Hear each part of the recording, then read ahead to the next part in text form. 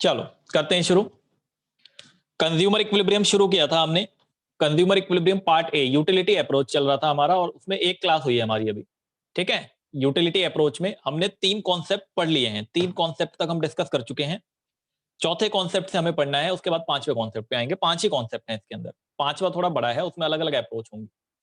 तो चौथा जो कॉन्सेप्ट हमारा है, अभी हम नोट्स पे भी आएंगे, पहले आप मेरी बातें सुन लो। 3 कॉन्सेप्ट तक पढ़ लिया था। क्या क्या पढ़ा था सर? कंज्यूमर का मीनिंग, इक्विलिब्रियम का मीनिंग और कंज्यूमर इक्विलिब्रियम का मीनिंग, ये हमने पढ़ लिया था। यूटिलिटी, उसके कैरेक्टरिस्टिक्स, ये हमने पढ़ लिया था। यूटिलिटी के types, total utility, marginal utility और टीयू और एमयू में रिलेशनशिप, ये भी डिस्कस कर लिया था। इसका शेड्यूल और डायग्राम बना लिया था। इसके बाद जो हमारा अगला टॉपिक है, वो टॉपिक 3 से ही जुड़ा हुआ समझ लो। वहां पे हमने एमयू की वैल्यू निकाली थी, और जो मार्जिनल यूटिलिटी था वो फॉल हो रहा था हमारा। तो आखिर ऐसा क्यों हो रहा था? मार्जिनल यूटिलिटी आखिर हमारा फॉल क्यों हो रहा था, उसके पीछे रीजन है। वो रीजन आपका कॉन्सेप्ट नंबर 4 में है। कॉन्सेप्ट नंबर 4 जो है आपका, उसका नाम सुन लो, law of diminishing marginal utility. Concept number 4 जो मेरी बुकलेट में आपको मिलेगा, law of diminishing marginal utility. जो लॉ ये बताता है कि जब हम कंजम्पशन को इंक्रीज करते हैं, एक के बाद एक यूनिट ज्यादा कंज्यूम करते हैं, तो अगली हर एक यूनिट से जो नेक्स्ट यूनिट होती है, उससे मिलने वाली सेटिस्फेक्शन लगातार गिरती चली जाती है। मतलब आप जब किसी चीज को कंटिन्यूअसली कंज्यूम करोगे, तो अगली हर एक यूनिट से मिलने वाली जो सेटिस्फेक्शन होगी, जिसको हम यहाँ पे मार्जिनल यूटिलिटी कहते हैं इकोनॉमिक्स के टर्म्स में, उसको हम एडिशनल सेटिस्फेक्शन को क्या कहते हैं? Marginal utility. जो एमयू होगा ईच सक्सेसिव यूनिट का, वो आपका फॉल होता जाएगा, वो आपका घटता चला जाएगा। ये आपका फंडामेंटल लॉ है। ये क्या है? Fundamental law. फंडामेंटल क्यों है? क्योंकि ये हर सिचुएशन में एप्लीकेबल होता है। जैसे मान लो आपको भूख लगी है, आप खाना खाने बैठते हो, तो पहली रोटी से आपको सबसे ज्यादा संतुष्टि मिलती है, पहली रोटी से आपकी सेटिस्फेक्शन हाई होती है। अगली रोटी जो आप खाते हो, जो आप अगली रोटी कंज्यूम करते हो, उससे सेटिस्फेक्शन थोड़ा सा कम होता होगा। फिर तीसरी रोटी जो आप खाते हो, उससे सेटिस्फेक्शन और कम हो जाता होगा। अगर बार बार आपको रोटी खिलाई जाए, तो एक लेवल आएगा कि आप खाना बंद कर दोगे, या जबरदस्ती खिलाया जाएगा तो बाहर भी आ सकता है वो मुंह से। उसको डिसयूटिलिटी या नेगेटिव मार्जिनल यूटिलिटी कहा जाता है। तो जो एमयू होता है बच्चों, वो हमेशा घटता है, वो हमेशा नीचे की तरफ आता है, और वो नेगेटिव तक भी जा सकता है, जिसको disutility, sickness in the person, वो आदमी बीमार भी हो सकता है। तो बात समझ आ गई? ये फंडामेंटल लॉ है। आप अपनी डेली लाइफ में देखते हो, कोई भी चीज जब आप कंज्यूम करते हो, एक के बाद एक यूनिट, तो उसकी अगली हर एक यूनिट से मिलने वाली जो सेटिस्फेक्शन होती है, अगली यूनिट से मिलने वाली सेटिस्फेक्शन को क्या कहते हैं? Marginal utility. मार्जिनल यूटिलिटी की डेफिनेशन क्या आती है? Refers to additional satisfaction obtain from one more unit of a commodity. एक और ज्यादा यूनिट अगर आप कंज्यूम करो, तो एडिशनल सेटिस्फेक्शन जो होता है, उसी को मार्जिनल यूटिलिटी कहा जाता है, और वो आपका फॉल होता है। इस लॉ के अंदर ये बताया गया है, मार्जिनल यूटिलिटी का जो लॉ है, द लॉ ऑफ डीएमयू, इसमें यही कहा गया है, the law state that we consume more and more unit of a commodity, then उसके बाद आपका utility drive from each successive unit goes on falling. मतलब अगली हर एक यूनिट से मिलने वाली जो यूटिलिटी होगी, वो आपकी गिरती चली जाएगी। एग्जाम्पल भी मैंने देके बता दिया। भूख लगी है, मान लो एक रोटी से ज्यादा, फिर अगली से कम, फिर अगली से कम, ऐसे आपका लगातार कम होता चला जाता है। ठीक है, ये लॉ यहां तक क्लियर है। अभी हम इसका टेबल और शेड्यूल बनाएंगे, मतलब शेड्यूल और डायग्राम बनाएंगे। हम इसका शेड्यूल और डायग्राम बनाएंगे। लॉ का मीनिंग क्लियर है, एग्जाम्पल भी आपको समझ आ गया। मेरी बुक में दूसरा एग्जाम्पल लिखा हुआ है मैंगोस का। अगर आप आम खाना पसंद करते हो, तो पहले आम से आपको ज्यादा संतुष्टि मिलेगी, अगले आम से थोड़ी कम, उसके अगले से थोड़ी और कम, और अगर ज्यादा खाते जाओगे तो डिसयूटिलिटी हो जाएगा, जो कि नेगेटिव यूटिलिटी को रिप्रेजेंट करता है। बात समझ आ गई? नेगेटिव यूटिलिटी मतलब disutility, sickness in the person, वो आदमी बीमार भी हो सकता है जब आप उसे जबरदस्ती ज्यादा खिलाओगे। अब एक्सेप्शन हर जगह होती हैं, तो हम यहाँ पे एक्सेप्शन पढ़ेंगे, कौन कौन सी ऐसी सिचुएशन है जहां पे लॉ एप्लीकेबल नहीं होता, लॉ फेल हो जाता है, तो वो भी अभी डिस्कस करेंगे। पहले शेड्यूल और डायग्राम बना लेते हैं। पहले इसका शेड्यूल और डायग्राम बना लेते हैं, कॉपी में बना लेते हैं शेड्यूल डायग्राम।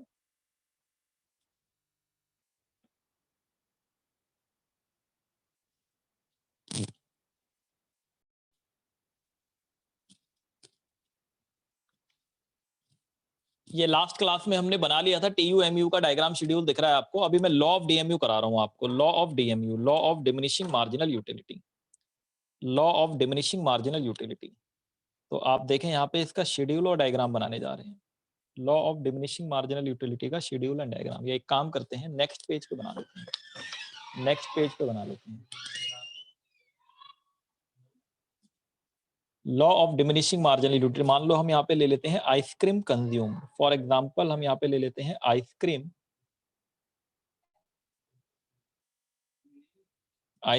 कंज्यूम्ड, और जो भी आइसक्रीम हम कंज्यूम करेंगे इससे मिलने वाला एक तरफ हम ले लेते हैं मार्जिनल यूटिलिटी।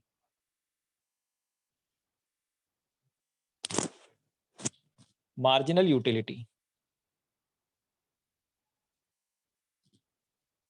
फॉर एग्जांपल आप मान लो पहली आइसक्रीम कंज्यूम करो, फिर आप दूसरी आइसक्रीम, फिर तीसरी, फिर चौथी, फिर 5, इस तरीके से। कहां तक लिखना है मैं बता देता हूं अभी आपको। आप यहाँ पे 40 लिख लो, फिर आपका मान लो ये 30 हो गया, फिर आपका ये 20, ये मान लो 10 और ये 0, और आप छठा कंज्यूम करो तो आपका ये मान लो हो गया -10।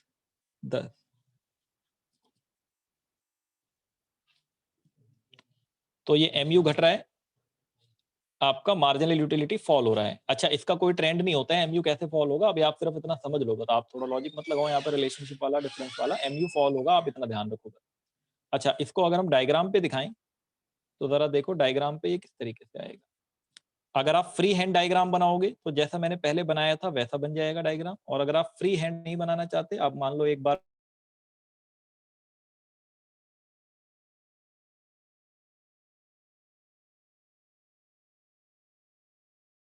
फिर यहाँ ले लेना आप 10, 20, 30 एंड 40, और फिर ये 50। ये आपका वाई एक्सिस, ये एक्स एक्सिस।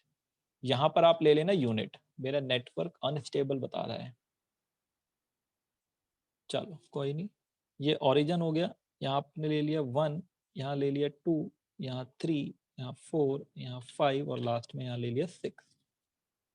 ठीक है, तो ये 1, 2, 3, 4, 5 एंड 6। यहाँ पे ले लिया आपने MU 10, 20, 30, 40, 50। ये मार्जिनल यूटिलिटी है। ठीक है, और यहाँ पे आपने ले लिया क्वांटिटी, मतलब आइसक्रीम कंज्यूम्ड, या क्वांटिटी लिख लो खाली फिलहाल अभी। अब देखो आप 1 पे 40 है, हाँ सर 1 पे 40 है, तो मैं ऐसे कुछ बॉक्स बना के समझा देता हूँ आपको ताकि इजीली समझ आ जाए।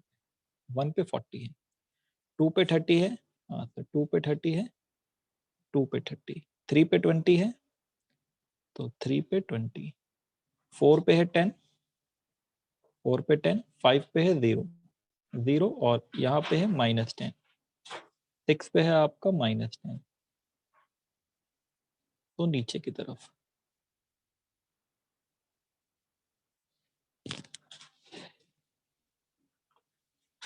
ठीक है, इन सारे पॉइंट्स को आप ज्वाइंट कर दो।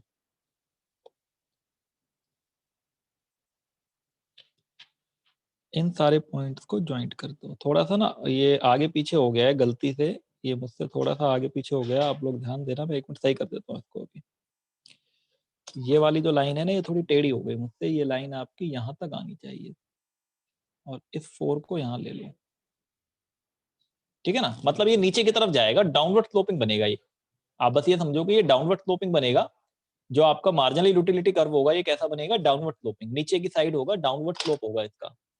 ठीक है, आप इसको फ्री हैंड भी बना सकते हो, आप इसको फ्री हैंड भी बना सकते हो। देखो फ्री हैंड अगर बनाए हम, या आपने पॉइंट प्लॉट करके बनाए, अगर हम इसको फ्री हैंड बनाए तो फ्री हैंड आपका ये कुछ इस तरीके से हो। अगर हम इसको फ्री हैंड बनाए तो ये आपका कुछ इस तरीके से ऐसे आएगा, नेगेटिव तक आ जाएगा मार्जिनल यूटिलिटी। ये ओरिजिन हो जाएगा, यहाँ मार्जिनल यूटिलिटी, यहाँ पे क्वांटिटी। ये फ्री हैंड है बिना पॉइंट प्लॉट किए, वाई एक्सिस और एक्स एक्सिस। ठीक है, तो वो वाला डायग्राम था नंबर प्लॉट करके जो बनाया था हमने, और ये फ्री हैंड है हमारा जैसे कि हमने पहले बनाया था। ठीक है, एक बार यहाँ पे देख लेते हैं बुकलेट में भी अपनी, फिर आते हैं। देखो क्या क्या पढ़ा हमने यहाँ पे, ये रहा आपका law of diminishing marginal utility, और ये आपका शेड्यूल यहाँ पे बनेगा और यहाँ डायग्राम बनेगा। तो आप लोग अपनी नोटबुक में नोट्स मेंटेन कर लेना, क्योंकि हार्ड कॉपी नहीं होगी बहुत से लोगों के पास इस बार। ठीक है ना, कुछ लोगों के पास होगी हार्ड कॉपी, कुछ लोगों के पास नहीं होगी। तो ये आप मेंटेन कर लेना अपनी नोटबुक में, पूरा ऐसे ही लिख लेना। जो जो बातें मैं कॉपी में लिखवाता हूँ यहाँ कॉपी कर लेना। तो यहाँ पे शेड्यूल और यहाँ पे डायग्राम। ठीक है, तो ये एग्जाम्पल और मीनिंग लिखा हुआ है। अभी हम इनके एजम्पशंस पे आ जाते हैं। ठीक है, हम इनके एजम्पशंस पे आ जाते हैं। हटा दूं इसको यहाँ से।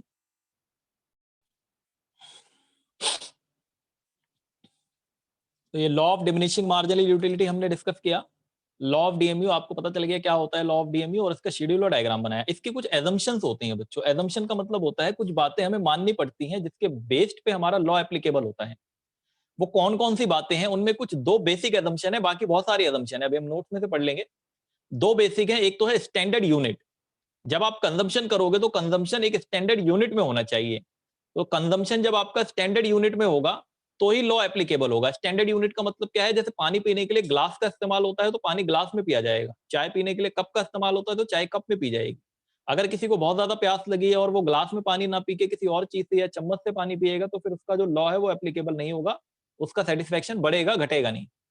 तो पहली बात हमें ये समझ लेनी है कि यूनिट स्टैंडर्ड होनी चाहिए। जैसे मैं कह रहा था आपको रोटी खाई आपने, आपने पहली रोटी जो खाई और उसके बाद जो दूसरी रोटी खा रहे हो, तो पहली वाली रोटी छोटी थी और दूसरी वाली बड़ी है, ठीक है, या ये कह लो पहली वाली रोटी बड़ी थी दूसरी वाली छोटी है। तो पहली वाली रोटी बड़ी थी और दूसरी वाली रोटी छोटी है, तो दूसरे वाले से सेटिस्फेक्शन लेवल आपका घटेगा नहीं, हो सकता है बढ़ जाए, क्योंकि उनके साइज अलग अलग हैं। तो यूनिट स्टैंडर्ड होना चाहिए, और दूसरा कंजम्पशन कंटिन्यूअस होना चाहिए। कंजम्पशन के बीच में कोई टाइम गैप नहीं होना चाहिए। जैसे आपने खाना खाया 4 घंटे बाद फिर खाने बैठो तो फिर लॉ एप्लीकेबल नहीं होगा, लगातार होना चाहिए, कंजम्पशन कंटिन्यूअस होना चाहिए। और भी बहुत सारी एजम्पशंस हैं, वो हम नोट्स में से देखते हैं, एक बार शेयर करते हैं अपने नोट्स।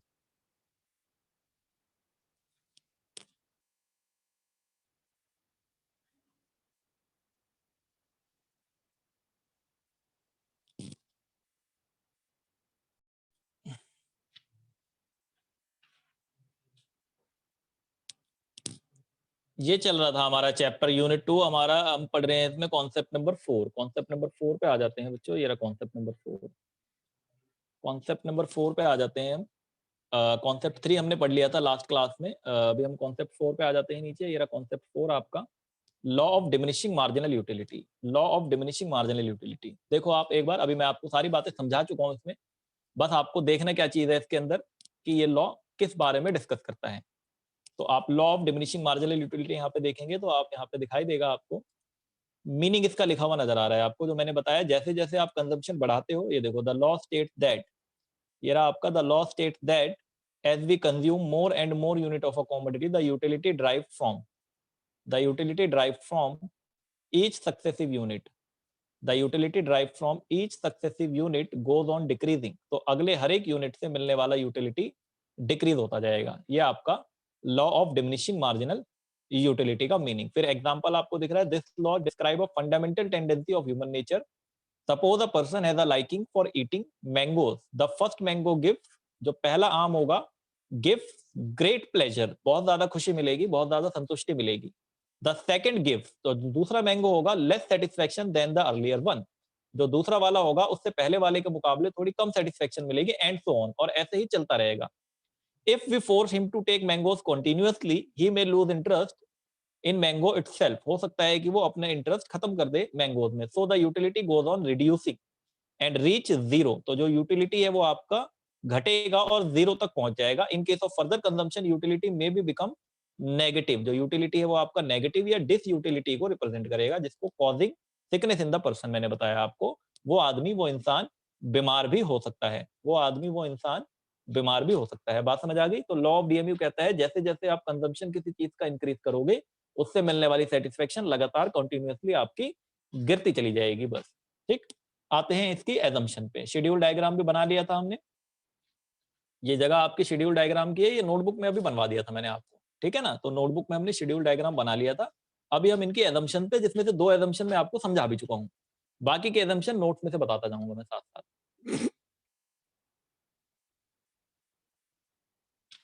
क्या हो गया ये,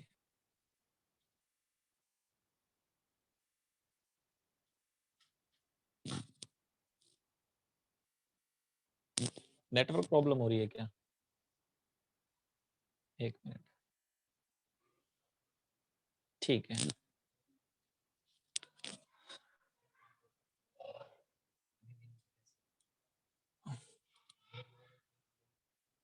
पहली 2 अजम्पशन आपको इसमें दिखाई दे रही होंगी, पहली 2 अजम्पशन आपको इसमें दिखाई दे रही हैं। पहला है स्टैंडर्ड यूनिट वाला अजम्पशन, पहला आपका है स्टैंडर्ड यूनिट का अजम्पशन, और दूसरा आपका है यहाँ पे आप दूसरा देखेंगे होमोजीनियस यूनिट, दिखाई दे रहा है आपको नोट्स में, स्टैंडर्ड यूनिट वाला, ये मैं अंडरलाइन कर देता हूँ, स्टैंडर्ड यूनिट। इसमें मैंने क्या बताया था, यूनिट जो है वो स्टैंडर्ड होने चाहिए। देखो, the law will be applicable only when the units are of suitable size, example number of mangoes are not thin pieces thereof, so the different unit consume should be consist of standard unit. ये कह रहा है कि जब आप आम खाओगे तो पूरा आम खाओगे ना भाई, आप आम को छोटे छोटे पीस कर दोगे, तो छोटे छोटे पीस करने के बाद लॉ कहां से एप्लीकेबल हो जाएगा, लॉ तो फेल हो जाएगा, अगले हर एक यूनिट से मिलने वाला सेटिस्फेक्शन बढ़ेगा नहीं, घटेगा नहीं, बढ़ जाएगा। तो वो कह रहा है आम पूरा होना चाहिए, एक पूरा आम खाओ, फिर दूसरा पूरा आम खाओ, फिर दूसरा, और आम का साइज भी सेम होना चाहिए। ऐसा नहीं है कि बड़ा आम फिर छोटा आम, ऐसा नहीं होना चाहिए। तो वो जो यूनिट है वो स्टैंडर्ड होना चाहिए, पहली बात तो एजम्पशन में ये हो गई। फिर आपका है होमोजीनियस यूनिट। यूनिट होमोजीनियस जो मैंने बताया, आइडेंटिकल इन नेचर होना चाहिए, उसका साइज बिल्कुल सेम होना चाहिए हर एक यूनिट का। साइज भी अगर अलग अलग होगा तो भी प्रॉब्लम हो जाएगी।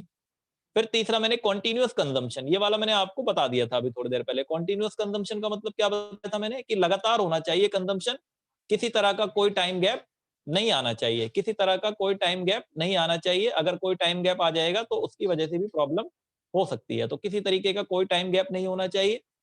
ये हो गया आपका कॉन्टिन्यूअस कंजम्पशन के अंदर। आप देखो क्या लिखा है इसमें, there should be no time gap और interval between the consumption of one unit and another unit, that is there should be continuous consumption, so one mango per day for 9 days will not have diminishing marginal utility। ये कह रहा है आप 9 दिन तक एक एक आम डेली खाओ तो ये डिमिनिशिंग मार्जिनल यूटिलिटी नहीं होगा। आप एक ही दिन 9 आम लगातार खाओ तब होगा डिमिनिशिंग मार्जिनल यूटिलिटी एप्लीकेबल। तो अगले हर एक आम से मिलने वाली सेटिस्फेक्शन घटती चली जाएगी। तो कंजम्पशन कंटिन्यूअस नेचर का होना चाहिए। कौन बच्चा गया ये क्लास में से, ठीक है आगे बात। कंजम्पशन कॉन्टिन्यूअस होना चाहिए आपका, एक एजम्पशन ये हो गई। इसके बाद आपका cardinal approach assumption. Cardinal approach assumption कहता है कि यूटिलिटी को मापना पॉसिबल हो, यूटिलिटी का मेजरमेंट पॉसिबल हो। यूटिलिटी का मेजरमेंट पॉसिबल मतलब ये cardinal approach assumption. The law apply only if the cardinal approach to measurement of utility, that is in terms of money, is assumed. मतलब मैंने आपको पहले ही बता रखा है, कार्डिनल का मतलब इसमें हम मेजर करते हैं नंबर्स में। तो ये कह रहे हैं यूटिलिटी का मनी के फॉर्म में मेजरमेंट पॉसिबल हो तो ही ये लॉ एप्लीकेबल होगा, अदरवाइज ये लॉ एप्लीकेबल आपका नहीं होगा। तो एक तो आपका कार्डिनल अप्रोच एजम्पशन हो गया। देन आपका कांस्टेंट इनकम, ये कह रहे हैं कि कंज्यूमर की इनकम में कोई परिवर्तन नहीं होना चाहिए, वरना तो वो ज्यादा खरीदने लगेगा फिर, है ना। हमें पता नहीं चलता, फिर हमारी इनकम बहुत ज्यादा होगी तो फिर हम सोचेंगे कोई बात नहीं, ज्यादा खरीद लेते हैं, क्या फर्क पड़ रहा है, पैसा बहुत है हमारे पास, है ना। लेकिन इनकम कांस्टेंट होनी चाहिए। तो this law applicable only when the income of the consumer remain constant. If the income of the consumer increases the law will not hold good. अगर इनकम बढ़ेगी तो वो लॉ एप्लीकेबल नहीं होगा। कांस्टेंट टेस्ट एंड फैशन, आपका जो test और fashion है उसमें कोई परिवर्तन नहीं होना चाहिए। टेस्ट और फैशन सिंपल सी बात है, आपको कोई चीज बहुत ज्यादा अच्छी लगती है तो फिर तो आपको जितना मिले उतना कम, ज्यादा मिलेगा तो ज्यादा खुशी होगी, तो ज्यादा मिलने से सेटिस्फेक्शन घटेगा नहीं बढ़ेगा। तो टेस्ट एंड फैशन कांस्टेंट रहना चाहिए। पर्सनल एस्पेक्ट नहीं होना चाहिए। पर्सनल एस्पेक्ट, मान लो किसी को म्यूजिक सुनना बहुत पसंद है, पर्सनल एस्पेक्ट का मतलब मान लो किसी को म्यूजिक सुनना बहुत पसंद है, तो अगर उसे म्यूजिक सुनना पसंद है तो 24 घंटे म्यूजिक सुनता रहे, 24 आवर, वो फिर बोर नहीं होगा, उसका सेटिस्फेक्शन लेवल घटेगा नहीं, बढ़ेगा उल्टा। और मनी एक्सक्लूडेड का मतलब है मनी पे ये लॉ एप्लीकेबल नहीं होता। पैसा आपके पास कितना ही आ जाए उसका संतुष्टि लेवल कभी घटता नहीं है, बढ़ता ही चला जाता है। तो मनी एक्सक्लूडेड का मतलब है मनी के ऊपर ये लॉ एप्लीकेबल बिल्कुल भी नहीं होगा। तो ये कुछ एजम्पशंस हैं। एजम्पशन का मतलब मैंने आपको बताया था अभी कि वो सारी बातें जहां पर लॉ एप्लीकेबल नहीं होगा, जहां पर लॉ फेल हो जाएगा। मतलब जो लॉ हमने पढ़ा कि ज्यादा कंजम्पशन से सेटिस्फेक्शन घटता है, ऐसा नहीं होगा। ज्यादा कंजम्पशन से सेटिस्फेक्शन बढ़ भी सकता है, या ज्यादा कंजम्पशन से सेटिस्फेक्शन घटेगा तभी जब ये बातें हम मान लेंगे, ये बातें हम एज्यूम कर लेंगे। तो एजम्पशन का मतलब है मान्यता, मान लेना, किसी चीज को पहले से मान लेना, तभी आप उस लॉ को आगे स्टडी कर पाते हो। तो ये एजम्पशन हो गई लॉ ऑफ डीएमयू की। इसी के साथ ये टॉपिक खत्म। अगला टॉपिक जो है वो है आपका कंज्यूमर इक्विलिब्रियम से रिलेटेड। जो अगला टॉपिक है आपका, ये किससे रिलेटेड है, कंज्यूमर इक्विलिब्रियम। इसको आपको दो पार्ट में स्टडी करना है। इसको आपको दो पार्ट में स्टडी करना है। ये थोड़ा बड़ा टॉपिक है। एक आपको इसको स्टडी करना है in case of single commodity, एक तो आपको इसको स्टडी करना है in case of single commodity.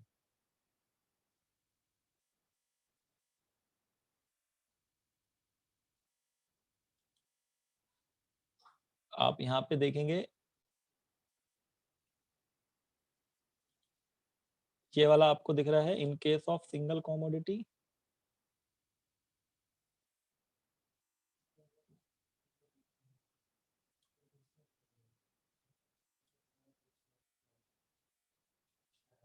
और फिर आपका है in case of two commodity.